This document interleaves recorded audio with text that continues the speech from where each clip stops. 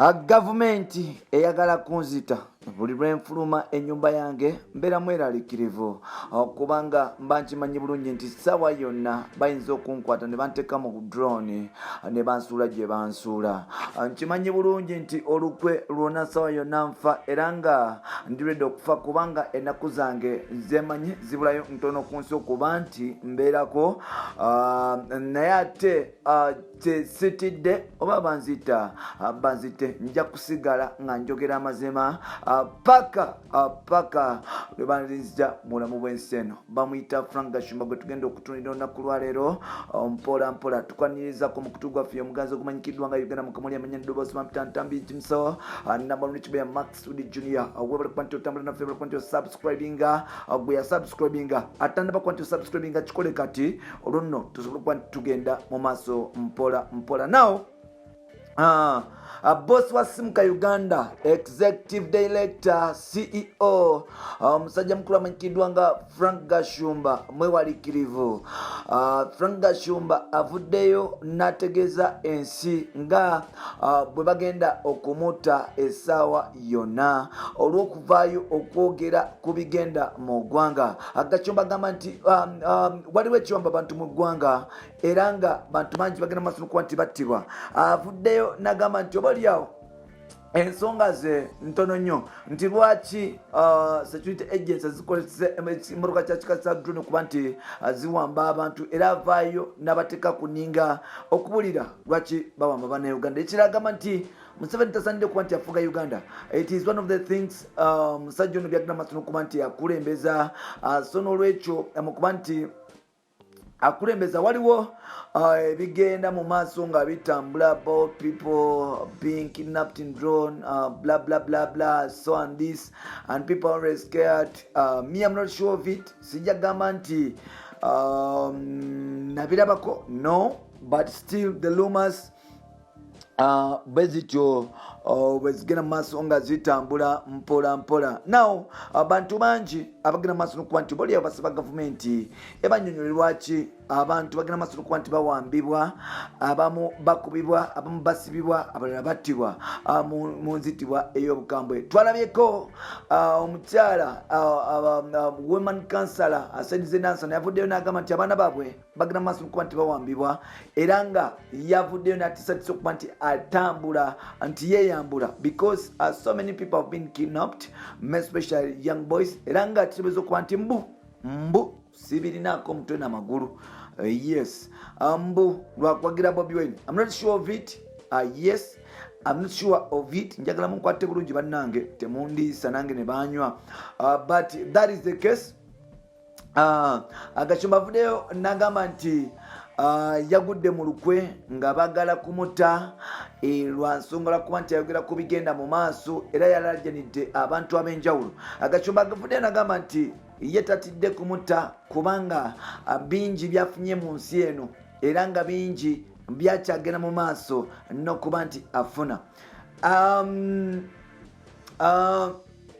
Bingi ebyogerwa bannabyobufuzi ab'enjawulo. Yavuddeyo n'agamba nti si gwe gusoose okuba nti abantu bawambibwa n'okuba nti bakubwa.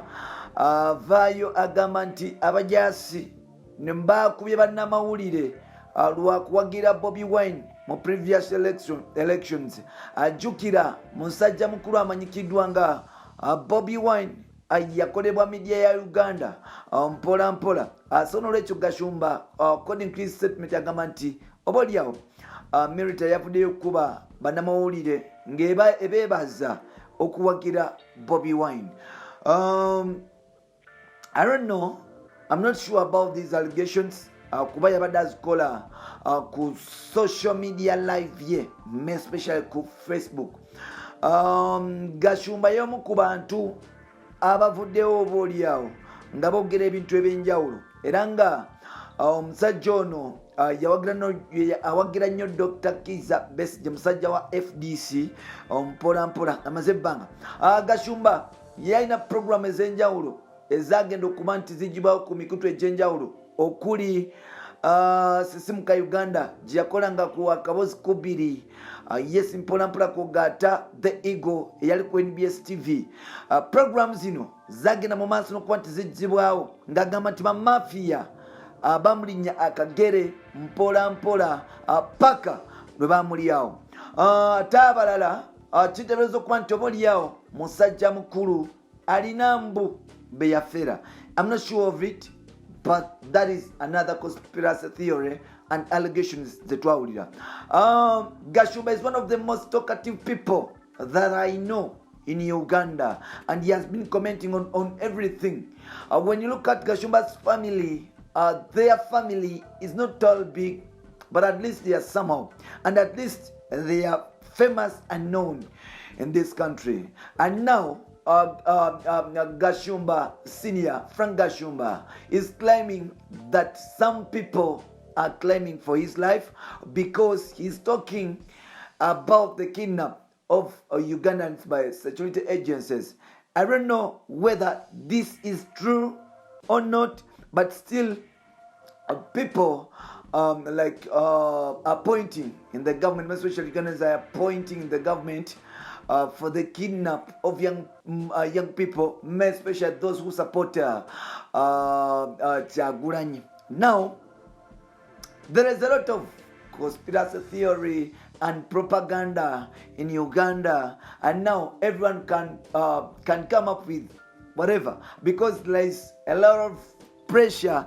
Ebigenda mu maaso tubadde twogera nnyo ku drone wano ne wali tubadde twogera nnyo ku bintu ebyenjawulo, but this time round ebyobufuzi bifuse byabufuzi era nga oba oliawo bitandise okubalekeza bannayuganda bavubuka mbu bali mu makomera bantu.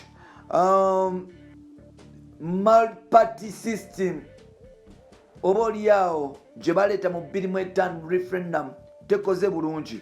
That is what is Bobby Wine and his camp are trying to say. Okugezaako okuba nti boliawo balaga nti tetulimu nfuga byabibiina n'ebisigaddewo. Gashumba avuddeyo n'alaajanira kabaka wa Buganda nti gwe weka asobola okujja nayogera ne President Museveni n'asobola okukyusaamu embeera ze, wabula abantu abasigaddewo tebali asobola mugamba kintu n'awuliriza nti ekiwamba abantu nekitta abantu ekigenda maaso n'okuba nti kigenda mu Uganda mbu kabaka yeka yalina okwogera ne President Yoweri Kaguta Museveni. Ngenda kusaba saagala kulabika nga akuma mu bantu muliro n'okuwa amawulire g'obulimba. I want to give my people what is good and the best. Like Ugandans, nsaba tufokasinga ennyo ku bintu ebirungi, nsaba twegendereze abantu abogera. Sometimes abantu ababa ne point era bwengenda okusabira abakulu mu gavumenti nti abantu baba bavudde ne boogera, I think tubawulirize. N'ekirala ate abantu namwe abavuganya gavumenti temumeta nziro na kusiga bukyayi eri bannayuganda. Nze siwagira na bintu byakuwamba abantu kogata n'okutta abantu, naye ate siwagira bantu bakuma na kumeeta kifaananyi kibi kya ggwanga lyattu Uganda. That is it. Sisobola kuwagira kuwambibwa kwa muvubuka munnange kubanga amanyi naye alina future, abaana be bazadde be bayimiridde ku ye. Naye ate siwagira ku muntu akola propaganda kutabangula mirembe mu ggwanga lyattu Uganda, kubanga eddembe Katonda ye yalituwa. Eddembe ly'omuntu terisupposed kuba nti liviibwako just like that. Mukama abadde akyatuwadde akalembereza compared ku mawanga amalala nti byonna bitambudde bulungi, bibadde bigezako okutambula obulungi, yadde ng'obutonotono tebubulamu. So n'obutonotono obwo ngenda kusaba gavumenti kwogata n'aba opposition bagende mu maaso n'okuba nti beekwata babitereeze, tusobole okuba nti Uganda ebeera ddala Pearl of Africa, tufunye ddala emirembe, because nze sijja kugamba nti emirembe tegiriwo weegiri, wabula ate n'okutulugunyizibwa kw'abantu nako kulabibwa. So n'olwekyo waliwo eddembe n'okutulugunyiza abantu. So kati ebyo ebibiri birina okuba nti byegatta ne tufuna ekintu ekisinga, that is peace.